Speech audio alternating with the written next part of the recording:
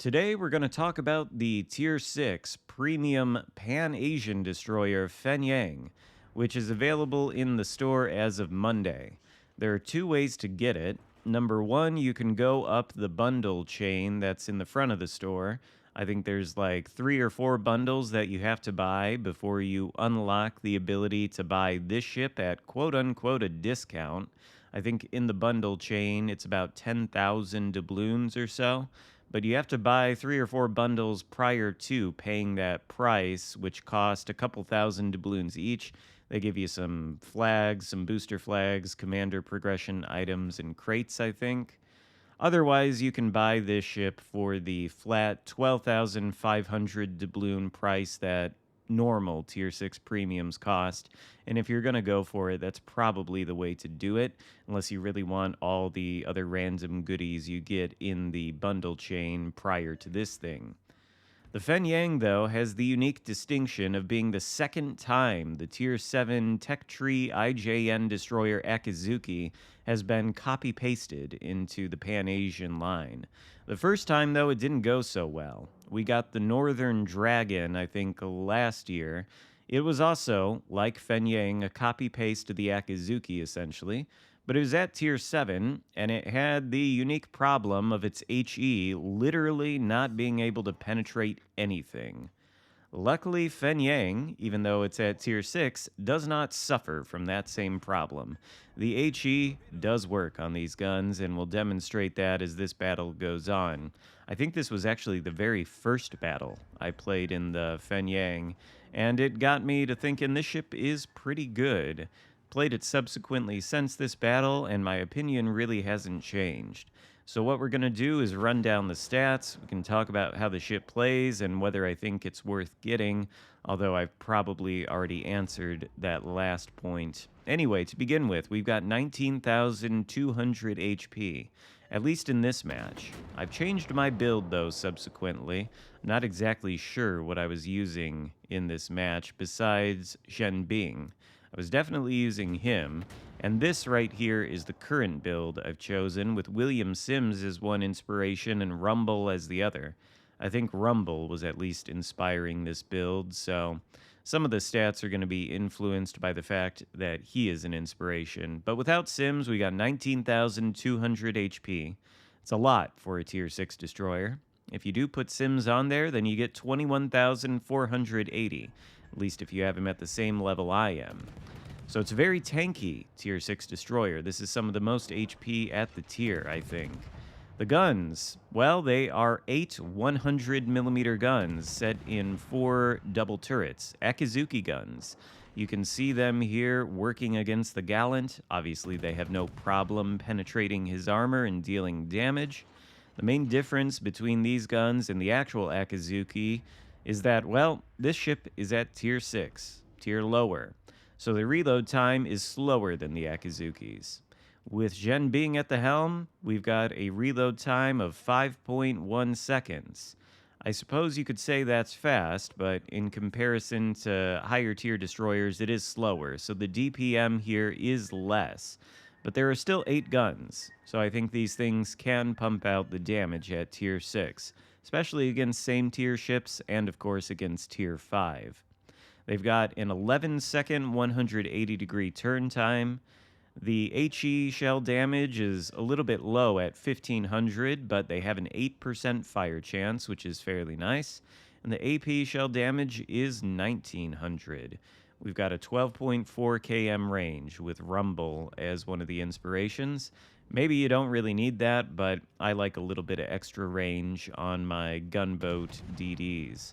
The thing also has torpedoes, and I didn't think we were going to make too much use out of them, but we are in this match, and I've been able to use them subsequently, too, to great effect. Because the ship is Pan-Asian, they are, of course, deep water torpedoes, which are torpedoes that cannot hit or damage destroyers. They can hit battleships, cruisers, and aircraft carriers. And these torpedoes have a range of, for some reason, 12 kilometers at Tier 6. That seems excessively long to me, but whatever. They go at 67 knots, but there are only 4 of them set in one quadruple launcher. Now, this is very much like the Akizuki, but of course the Akizuki has the torpedo reload booster in order to be able to launch 2 sets, or 8 torpedoes, essentially at the same time. As you can see from the consumables here, the Fenyang does not have that. No torpedo reload booster. Instead, it's got 2 smoke screens, an engine boost, and DFAA. But it doesn't really need a torpedo booster for these 4 deep water torps. They reload at base in 50 seconds, so less than a minute. Just a little bit longer than a battleship takes to reload its main battery guns. So they're almost always available whenever you need them. And the damage they do is pretty ridiculous. 23,767.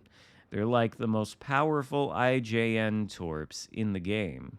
But they are, of course, deep water, and for some reason, they have a torpedo detectability of 1.1 kilometers. Now, that's pretty low. That won't give you a ton of reaction time, but I think some of the other deep water torpedoes in this game are even stealthier than that. Still, they can be very effective against battleships and cruisers, and they reload very quickly. So we'll see them come in handy a little bit later on as we move into the Bravo cap. The AA defense rating on this thing is 65.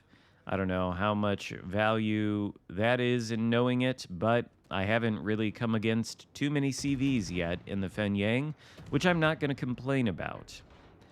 Maneuverability, bit of a low light, much like the Akizuki. This thing is not fast. It's got a top speed of 34 knots, but you're going to be doing a lot less than that if you're turning and varying your course as you should. The turning circle is gigantic, 730 meters. You could never, ever accuse this thing of being agile in any way. In fact, you'll see the turning circle, I think, in this little sequence as we try to avoid hitting the island in the center of the Bravo cap. We really do turn in a wide circle. The rudder shift is 5 seconds. I think that's a little nerfed by the observant range skill in the first row of the commander's skill tree. I think that one does cut down the rudder shift time a lot, but 5 seconds is fine.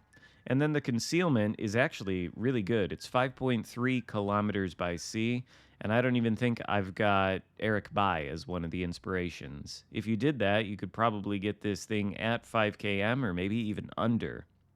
Very stealthy destroyer, especially for all the guns it has. So how does it play? I think it plays much like the Akizuki does. It's just got less DPM because it's got a slower reload. But you can definitely make use of these guns against pretty much everything. Obviously, they're going to be really good at taking out enemy destroyers. Maybe not higher tier destroyers like the Akizuki itself. I think the Akizuki could win against this thing in a gunfight pretty easily. And if it can't, well, then it could theoretically torpedo this thing. Whereas with these deep waters, you're not going to be torpedoing any destroyer. Keep that in mind. I see too often people playing Pan-Asian destroyers with deep-water torps that attempt to torpedo destroyers. And then they probably go to the forums and say, oh my god, this game is bugged. No, it's working as intended. These deep-water torps are not meant to hit destroyers. Don't launch them at destroyers, or people will laugh at you. Just don't do it. As for the guns, though, you don't really need torpedoes to take out the destroyers. We're able to take out that Scone or Skane, whatever, in a couple salvos there, even though the HE damage per shell is only 1,500, which is quite low, to be fair. There are 8 guns, so that kind of makes up for it. Now, we've only done 14,000 damage so far in this game, and the ship count's pretty even. I think we've got a 4v4, and there's only 1 destroyer left on each team. I don't know if that's the destroyer in the capture circle right now, but I don't think it is. I think it's the cruiser we saw earlier. So what we're going to do is launch these torpedoes at the Mutsu, who is going around the cap. With the 12-kilometer range, we're going to be able to easily hit that guy if he continues sailing in a straight line, which of course battleship players enjoy doing. But it's the Chum Fan that's in the cap with us. He has a lot of guns. He's basically lesser Atlanta. And if he gets sight of us and we're close to him, he's going to be able to take us out easily. We switch to the AP, thinking he was maybe going to come around that corner and give us flat broadside in front of our smoke screen so that we could actually hit him and see if we could get some citadels. But he doesn't. He doesn't come around the corner at all, and our torpedoes make contact with the Mutsu. Two of them, but they do a lot of damage to the guy. He's got practically no health left by the time we see him come around the corner again. And the cap is being taken by the Chum Fan, so we're trying to get around our own smoke screen and catch sight of him. By the way, the smoke screen on this destroyer lasts longer than the typical Pan-Asian smoke. It's got a smoke screen dispersion time of 131 seconds. If you compare that to something like the Gajamata, the tech tree, which has more smokes, they only last for 74 seconds, but you get more of them. So we've got more conventional smokes on the Fenyang. They might be just about as long as American smokes are. 131 seconds is over 2 minutes. So these are more or less like American smokes. They offer you the ability to sit in one place and farm for quite a long time in a single smoke charge. We're not going to get that ability in this match, but we do land another torpedo on the Chum Fan, bringing our damage total up to 72,000, and our torpedo hits up to 3. I think that's impressive for launching only a single spread of 4 torpedoes every time, but you can see just how quickly they're back online. Almost as soon as they hit the Chum Fan, they're ready to send out again, and so we send them out at the Akizuki, not the Akizuki, the Mutsu. Whatever that battleship is, I can't even remember. Maybe it's the King George. We send them out at his face, basically half blind. Kid pops up. This thing is a destroyer that I think can absolutely go toe-to-toe with the USS Kidd, which is basically known as the Sheriff at this tier, but there's a new Sheriff in town, USS Kidd. We missed him there, but that's okay. We know exactly where he is. He's smoked up. Doesn't matter. Blind shot. He's dead. That's our second kill of the game. This thing, I think, can go toe-to-toe with a Kidd, but if you're going to be fighting one, you probably don't want to be within 5 kilometers of the Kidd. Kidd is much more maneuverable, much more agile and easy to turn than this thing. This thing is a bit of a brick in the water, and so if you're going to be at close ranges with other destroyers, I think you're probably opening yourself up to the possibility of eating a torpedo and going back to port. You don't want to do that. So at the same time, you've got fairly long range on these guns. The shell arcs are not too floaty at all. So if you're at like 7-8 kilometers away from another destroyer, it's probably going to be fairly easy to land shells on them and do a lot of damage. But if there's somebody like the Kidd, they will find it less easy to land their shells on you just because they're so floaty. More torpedoes out at the King George since we missed him with the first couple sets. This time, not so much, and you can see just how devastating those torpedoes are when they make contact. It's a lot of damage they do. And that is our high caliber and Confederate medals. In fact, I think most of the damage in this match did come from the torpedoes. But you get a taste of what the guns are like against enemy destroyers. I don't think we get to farm extensively against any battleships or cruisers in this match.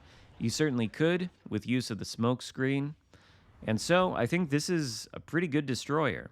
Now, if you don't like the Akizuki and you find it a struggle to play, as I think some people do, then you're probably not going to enjoy this thing. But if you do like the Akizuki, and you want something roughly similar as a premium, a tier lower, then it's probably worth picking this thing up.